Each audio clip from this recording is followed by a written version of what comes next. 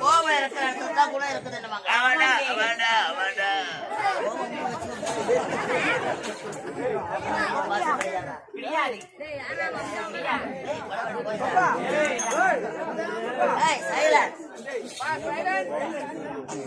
வேற சொல்ல முடியாது முடியாது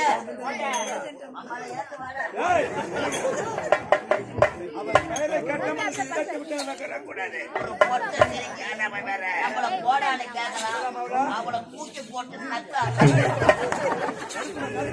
போடான கேட்கலாம் அடிக்கிற அடியில அந்த திருமலையிலேயே அரப்படி மூத்துல நாளைக்கு எங்க போய் பெய்வா கலம்பூர்ல போய்